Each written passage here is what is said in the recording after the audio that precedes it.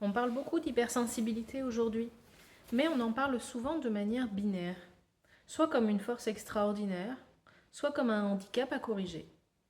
On parle rarement d'une nuance essentielle. Est-ce que cette sensibilité, elle est contenue ou est-ce qu'elle déborde? Parce que la plupart des femmes que j'accompagne ne souffrent pas de ressentir.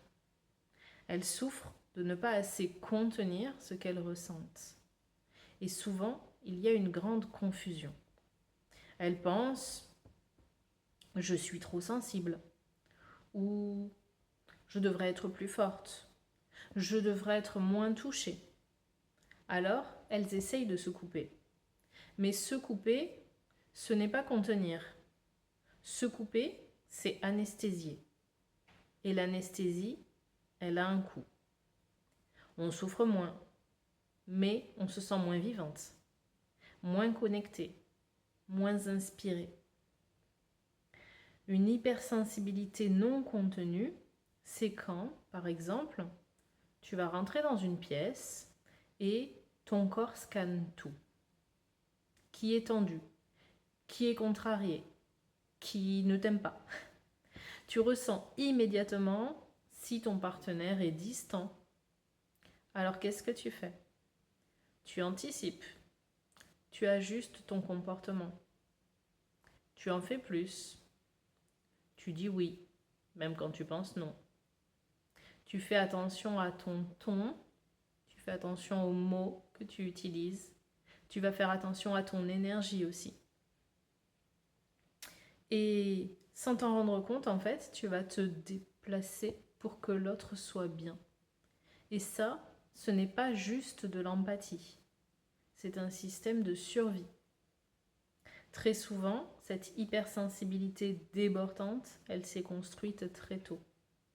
Quand enfant, par exemple, tu as compris que la sécurité passait par l'adaptation. Si maman était stressée, il valait mieux être sage. Si papa était en colère, tu devenais invisible. Si l'ambiance était lourde, tu devenais médiatrice. Tu as développé une intelligence émotionnelle très fine. Ça, c'est précieux. Mais personne ne t'a appris à développer tes frontières internes. On t'a appris à capter, mais pas à te protéger.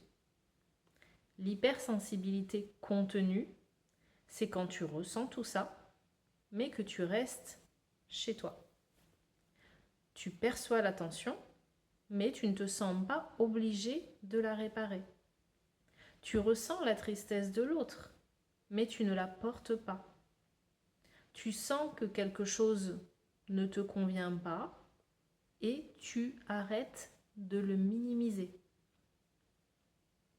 Contenir, ça veut dire rester dans son corps, respirer quand l'émotion monte, ne pas réagir immédiatement, te demander est-ce que c'est à moi? Qu'est-ce qui est à moi?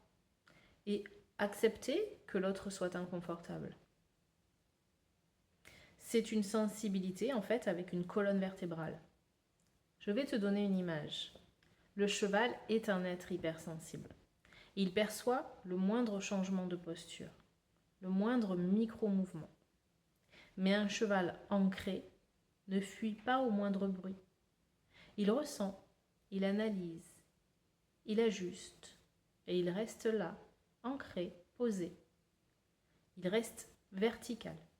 La verticalité, c'est la clé. Ta sensibilité n'a pas besoin de disparaître. Elle a besoin d'une colonne. Et c'est là que beaucoup de femmes se trompent. Elles pensent que pour être assertives, elles doivent être moins sensibles. Or, c'est faux. Une hypersensibilité contenue peut permettre à une femme de dire non sans agressivité, sans justification excessive, parce qu'elle ne parle pas depuis la peur du rejet. Elle parle depuis sa stabilité, son alignement. L'assertivité, ce n'est pas de la dureté, c'est juste un alignement. Alors comment est-ce que ça se travaille? On peut développer une hypersensibilité contenue en apprenant à ralentir, en revenant au corps, respiration, sensation, en identifiant ses limites physiques, psychiques, internes, en acceptant l'inconfort d'un conflit, en arrêtant de surexpliquer, en observant quand on se suradapte. C'est un travail d'ancrage, pas un travail pour devenir quelqu'un d'autre, mais c'est un travail pour devenir plus stable à l'intérieur. Ta sensibilité n'est pas une erreur. Elle devient un poids quand elle est en mode survie. Elle devient une force quand elle est contenue. Alors la question n'est pas comment devenir moins sensible. La vraie question, c'est plutôt comment apprendre à rester debout quand je ressens. Et ça change tout. Alors si cette vidéo t'a parlé, tu peux me dire en commentaire comment est-ce que toi tu vis ton hypersensibilité.